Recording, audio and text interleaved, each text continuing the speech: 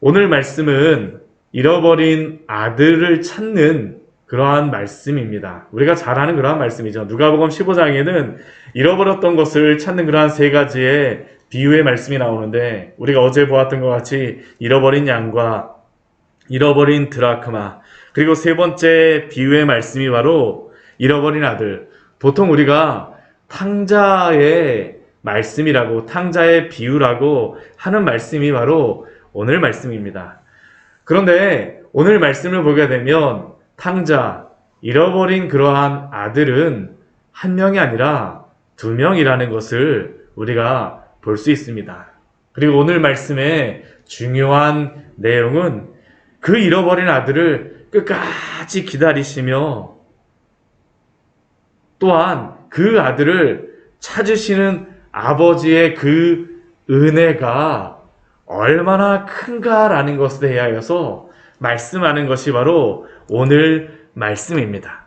오늘 11절 말씀을 보면 어떤 사람에게 두 아들이 있었다라고 말하고 있습니다. 두 아들이니까 맏아들과 둘째 아들이죠. 그런데 그 둘째 아들이 어느 날 아버지에게 와서 말합니다. 아버지의 재산 중에 내게 돌아올 분깃을 내게 주십시오.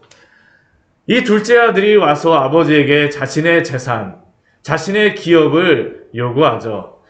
이스라엘의 그러한 성경적인 그러한 법은 장자에게는 두 몫을 주는 법이 있기 때문에 이 둘째 아들이 자신의 분깃을 달라고 하는 것은 그 두 몫을 원하는 것이 아니라 자신의 그러한 분깃을 원하는 겁니다. 정당한 것을 원한다라고 할 수 있죠.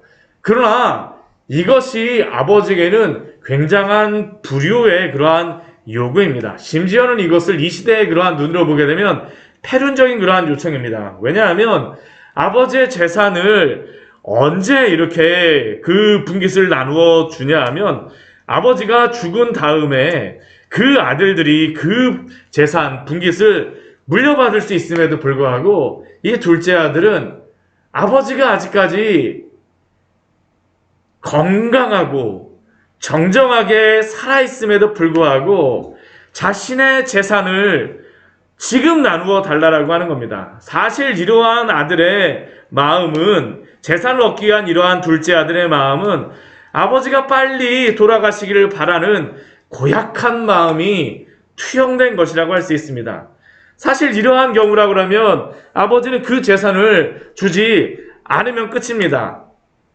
그런데 아버지는 오늘 말씀을 보게 되면 그 아들에게 재산을 나누어 줘요. 왜냐하면 재산을 나누어 주지 않게 되면 아들을 잃어버릴 수도 있다라고 생각하기 때문이죠. 그런데 여기서 아버지가 나누어 주는 그 재산을 무엇이라고 말하냐 하면 우리 12절 말씀을 보게 되면 아버지가 그 살림을 나눠 주었더니 라고 말합니다. 그냥 단순히 재산이라고 말하지 않고 우리 누가복음 말씀에서는 살림이라고 말합니다. 이게 굉장히 번역을 잘 한 것입니다. 왜냐하면 이 살림이라고 번역된 이 단어가 본래적인 의미에서는 어떤 의미냐 하면 생명이라고 그 뜻을 가지고 있기 때문입니다. 물론 재산이라는 그러한 의미도 있지만, 재산과 생계라는 의미도 있지만 생명이라는 것에서 이게 재산으로, 이게 그 뜻이 파생된 것입니다. 즉 아버지는 아들에게 재산을 나누어 준 것이지만 실제로는 자신의 생명을 그 아들에게 주었다라는 것이 바로 오늘 말씀에서 알려주는 것이죠. 그런데 이 재산을 받은 아들은 어떨까요? 우리 13절 말씀을 보면 그 후 며칠이 안 되어 둘째 아들이 재물을 다 모아가지고 먼 나라로 갔다라고 말합니다. 며칠이 안 되어 그 재물을 다 모았다라고 이야기를 하는데 지금 이 아들이 받는 것은 분명히 땅입니다. 이 기업에 대한 그러한 부분이에요. 물론 이 이스라엘에서는 땅을 팔 때 몇 년의 그런 한계를 두고 팔게 되니까 뭐 그렇게 팔았겠지만, 근데 며칠이 안 되어 이것을 정리했다라는 이야기는 무엇일까요? 정당한 값을 받고 팔았다라는 게 아닙니다.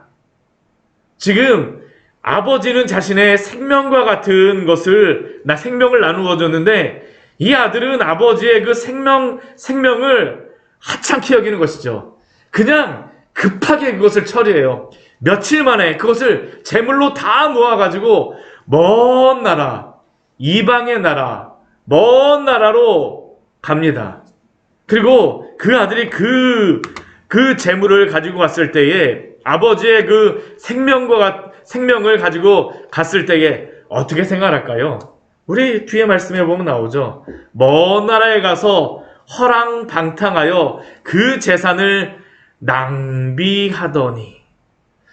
아까 아버지는 살림을 나누어 주었다라고 말하지만 아들에게는 더 이상 그것이 아버지의 생명이 아니에요.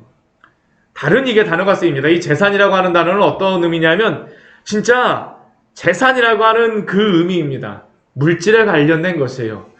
아버지는 생명을 나누어 줬는데 이 아들은 아버지의 생명을 세상의 물질적인 것으로 허랑방탕했다라는 것이죠.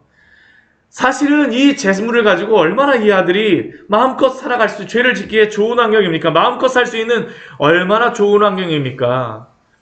자신의 그러한 죄악을 다 분출할 수 있죠. 먼 곳에 있습니다. 아무도 아는 사람이 없어요. 그곳에서 돈은 많으니 그 속에 내재해 있던 모든 죄악된 욕망을 그 물질과 함께 다 분출하는 것입니다. 그리고 그 결과 그는 아버지의 나누어진 생명을, 그 재산을 다 낭비합니다. 여기서 그가 사기를 치거나 사고를 당하거나 그 도난을 당하거나 어떠한 불행 때문에 그가 이러한 일을 당했다라고 말하지 않아요. 철저하게 그의 죄악된 결과로, 욕망의 그러한 결과로 이러한 상황을 야기하였죠. 그리고 이렇게 그가 모든 재산을 다 낭비하였을 때 어떤 일이 벌어질까요?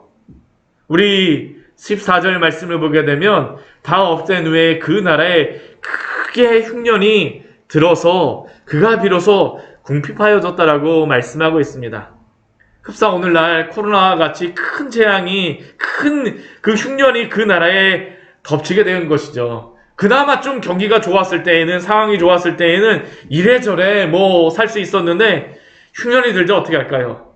살 수 있는 방법이 없는 것이에요. 완전히 그냥 궁핍해져서 막다른 골목까지 닥쳤다라는 것이 그의 모습입니다. 더 이상 버틸 수 없어요. 그래서 그는 어떻게 합니까? 먹고 살기 위하여서 15절 말씀을 보게 되면 그 나라 백성 중 한 사람에게 붙여 살게 됩니다. 여기서 붙여 산다라는 의미는 결합한다라는 의미로 그는 먹고 살기 위해서 그 나라 백성같이 되었다라는 겁니다. 그 나라 백성과 결합되어졌어요. 자신의 아버지에게서는 벗어나고 해방되어진 결과는 이방 나라에 속하여서 죄악된 그러한 삶에 속하였다라는 것이 바로 그의 모습입니다. 자신의 그 정체성을 잃어버리고 더럽혀졌다라는 것을 알 수 있게 됐죠. 그래서 그는 어떻게 됩니까? 돼지 먹는 쥐염 열매로 배를 채우게 되죠. 참 얼마나 비참한 그러한 모습입니까? 비참한 모습이에요. 돼지가 먹는 그 쥐염 열매, 물론 이 돼지가 먹는 이 쥐염 열매를 먹어보게 되면 대추 맛이 나는 그러한 겁니다. 근데 딱딱해요. 계속 먹을 수 없습니다. 근데 얼마나 이 사람의 상황이 비참해졌는지 돼지가 먹는 쥐염 열매로 배를 채울 수밖에 없는 상황입니다. 자신의 그러한 가족을 떠나자 아무도 그를 지켜줄 수 없는 환경에 처하게 되자 돼지가 먹는 그러한 열매로 먹을 수밖에 없게 됐다는 것이죠. 그런데 이것이 이 아들에게는 은혜입니다. 왜 그럴까요? 이 고난이 그로 하여금 돌이키게 하는 그러한 원인이 되어진 것이죠. 자신이 얼마나 처량한가를 보게 되었을 때에 17절 말씀 보십시오. 이에 스스로 돌이켜 이 고난을 겪으며 그는 자신의 비참한 모습을 보게 되자 제정신이 돌아온 겁니다. 그리고 그는 자신에 대해서 진단을 해요. 무엇이라고 진단합니까? 내 아버지 집에는 양식이 풍족한 품꾼들이 얼마나 많았는데 나는 여기서 줄여서 죽는구나.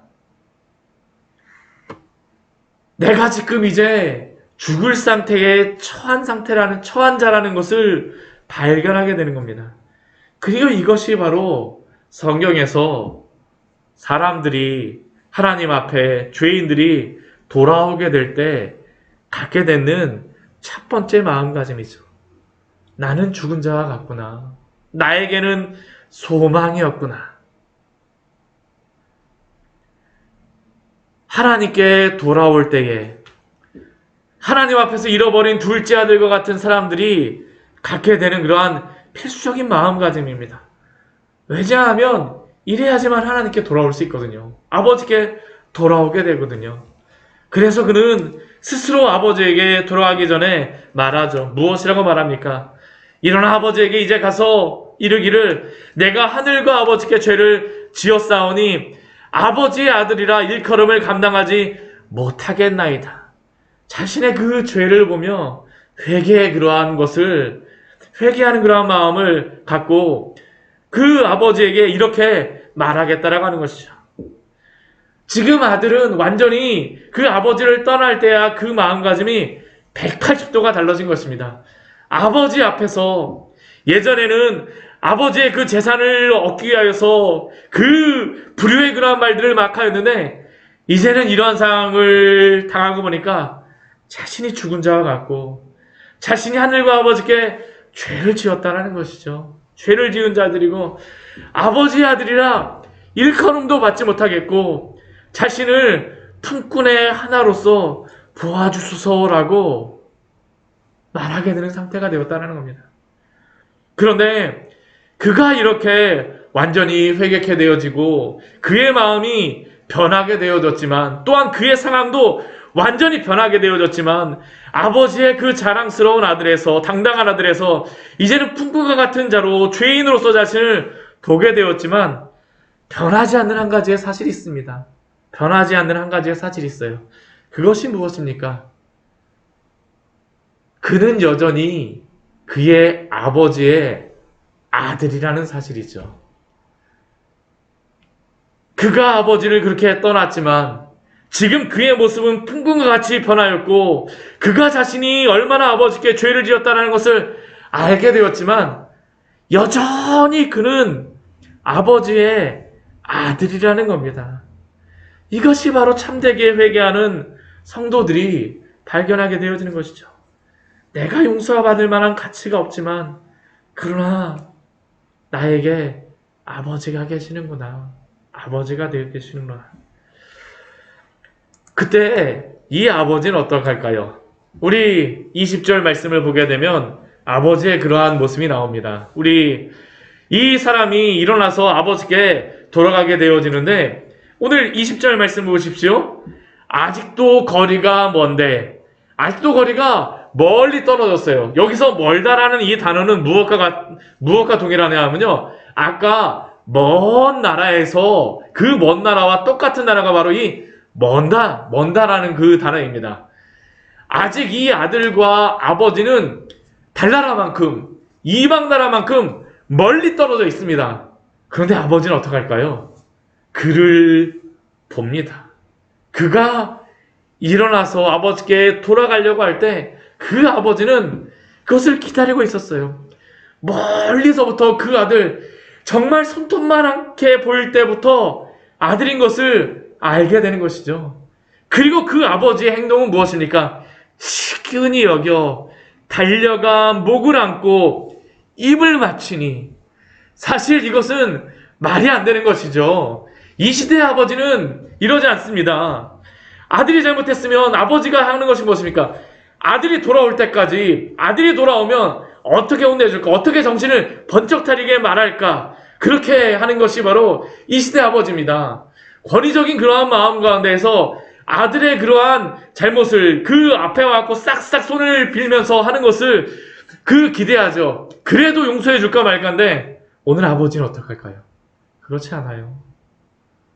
아직도 거리가 먼데 그 멀리서부터 아들이 오는 것을 보자 치킨이 여기는 겁니다. 그리고 달려갑니다. 누가 뭐라 해도 상관이 없어요. 아니, 채신머리 없이 저 나이 든 사람이 왜 저기를 뛰어가냐고, 저 탕자와 같은 아들 뭐가 예쁘다고 달려가냐고, 옆에서 손가락질해도 상관없습니다. 그 아들을 만났을 때가 되니까 목을 안고 입을 맞춥니다. 그를 정말로 받아들여 주죠. 정말로 받아들여 줍니다. 이것이 바로 하나님께서 그의 아들 예수 그리스도를 이 땅에 보내신 그러한 모습 아닙니까? 우리는 어떠한 자들이었습니까? 집 나간 탕자와 같은 아들과 같은 우리들을 위해서 하나님은 자신의 하나밖에 없는 그 아들 독생자 예수 그리스도를 이 땅에 보내셨죠. 아니, 성자 하나님께서 이 땅에 그 잃어버린 아들들을 맞으시기 위하여서 오신 것을 의미하는 것입니다. 집 나간 탕자를 기다리지 못하여서 뛰어가는 아버지처럼 예수님께서는 이 땅에 사람의 형상을 입으시고 이 땅에 오신 것입니다. 그리고 그 모든 죄를 담당하셨죠. 그리스도의 그 사랑이 여기서 뚝뚝 떨어지는 것입니다. 그리스도의 그 사랑이 보이지 않습니까? 그것뿐만이 아니죠. 21절 말씀을 보게 되면 아들이 아버지께 얘기합니다. 그 앞에서 이야기하였던 그 고백이었죠. 아버지, 내가 하늘과 아버지께 죄를 지었사오니 지금부터는 아버지의 아들이라 일컬음을 감당하지 못하겠습니다. 제가 더 이상 아버지의 아들이라 일컬음을 감당하지 못하겠어요. 저는 죄인이에요. 그런데 앞에 그 아들이 고백하고자 했던 그 한 단어를 하지 못하죠. 무엇을 말하지 못하니까 나를 이제는 품꾼의 하나와 같이 보소서. 나는 아버지의 아들이 아닙니다. 그 말을 말하지 못해요. 왜 그럴까요? 아버지가 그 아들을 꽉 끌어안거든요. 듣고 싶어 하지 않아요. 품꾼이 아니기 때문입니다. 아버지의 아들은 품꾼이 아니에요. 그 아버지의 살림을 다 들어먹고 나아갔을 때에도 품꾼이 아닙니다. 아들입니다. 사랑하는 아들이에요. 그래서 어떻게 합니까? 22절 말씀은 제일 좋은 옷을 그 종들에게 제일 좋은 옷을 내어다가 입히고 손에 가락지를 끼우고 발에 신을 신기라. 우리 제일 좋은 옷을 입은다라는 것은 우리 성경 보면 어떻습니까? 요셉이 그 애굽의 바로에게 갔을 때 좋은 옷을 입히고 손에 가락지를 끼우는 이러한 모습들, 왕자와 같이 귀한 정말로 자신의 가장 그러한 아들로서 대접해 주는 것입니다. 완전히 받아주는 것이죠. 그리고 어떻게 합니까? 23절 말씀을 보게 되면 살진 송아지를 끌어다가 우리와 함께 먹고 마시라고 합니다. 잔치를 벌여주는 것이죠. 잔치를 벌여주는 것입니다.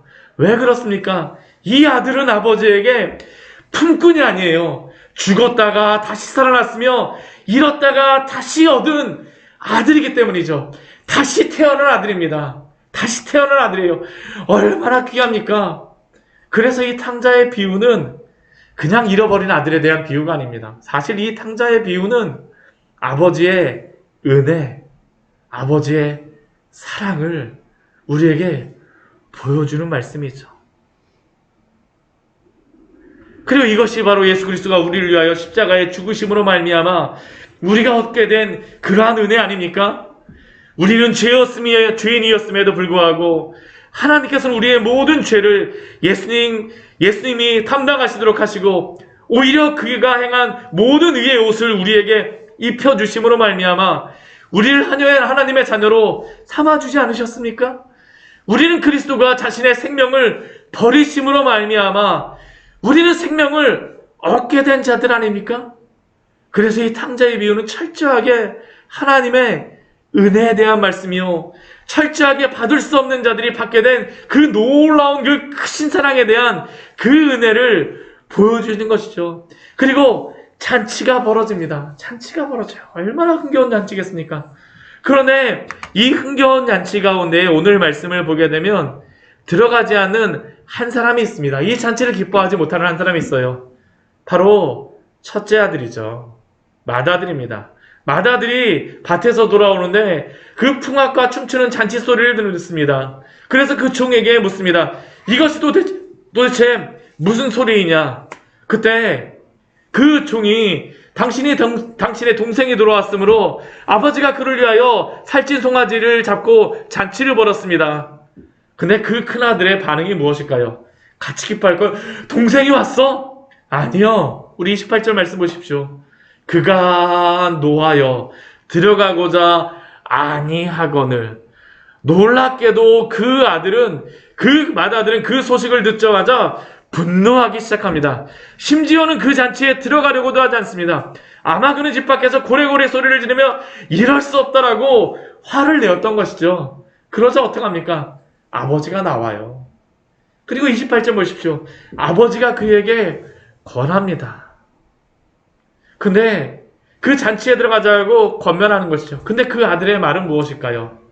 29절과 30절 말씀 보게 되면 내가 여러 해 동안 아버지를 섬겨서 명을 어김이 없이 내가 이렇게 충성하였거늘 아버지는 내게 염소새끼도 주지 않고 나와 내 벗을 즐기게 하신 일이 없더니 아버지는 아버지의 그 살림을 다 창녀와 함께 삼켜버린 이 아들, 동생이라고도 하지 않습니다. 이 아들입니다. 이 아들. 당신의 동생이라고 27절 말씀에서는 말하는데 종들도 그렇게 말하는데 이 맏아들에게는 이 아들이죠.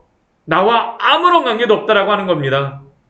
그리고 그를 향해서 이를 위하여 살찐 송아리를 잡으셨나이까? 라고 하면서 아버지를 책망하고 오히려 아버지에게 분노하고 있는 것이죠. 분노하고 있는 것입니다. 물론 그가 그렇게 열심히 수고하고 아들을 이렇게 행하는 것을 보면서 억울한 마음이 들 수도 있습니다. 그러나 그가 왜 이렇게 행동할까요? 오늘 말씀에 너무나도 중요한 게 있어요. 우리 29절 말씀 보십시오. 내가 여러 해 아버지를 섬겨. 왜 그가 이렇게 아버지에게 분노하며 이렇게 화를 내냐 하면 자신은 아버지를 섬겼다라고 이야기하기 때문에, 생각하기 때문입니다. 이 섬겨라는 단어는 종이 되다라는 그런 의미예요. 지금 이 아들은 맏아들로서 아버지를 떠나지 않고 충성했다라고 이야기하지만 사실 이 아버지와 아들 관계는 아버지는 이 맏아들을 아들로서 그 충성하는 것으로 기대했을지 모르지만 이 아들은 아버지를 무엇으로 생각하는 겁니까? 주인으로 생각한 것이에요. 나를 착취하는 그런 아버지로 생각한 것이에요. 아버지와 이 맏아들과의 관계는 거리적으로는 가까웠을지 모르지만 마음적으로는 이 아들에게는 주인과 종의 관계예요. 이 아들은 어쩔 수 없이 종과 같이 섬겼다라는 것이 바로 이 아들이 가지고 있는 아버지에 대한 마음이죠. 아버지에 대한 사랑이 없어요. 사랑이 없습니다. 이게 바로 첫째 아들이죠. 사실 그래서 오늘 이 말씀은 두 탕자에 대한 말씀입니다. 왜냐하면 가까이 있었던 아들도 자신을 품꾼으로 여겼기 때문이죠. 오히려 집 나갔던 돌아온 아들은 품꾼의 하나로 보소서라고 말하려고 했지만 아버지가 그 마음을 아들로서 품어주어서 돌아왔지만 이 큰아들은 아직도 자신을 품꾼과 같이 여기고 있는 것입니다. 품꾼과 같이 여기고 있어요.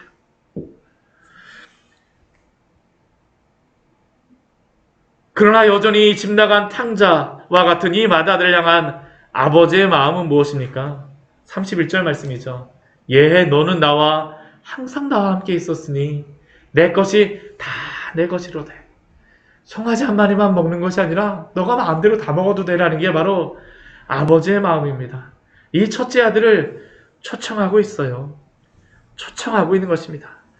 역시 그도 아버지의 잔치자리에 초청받아야 될 아들인 것이죠.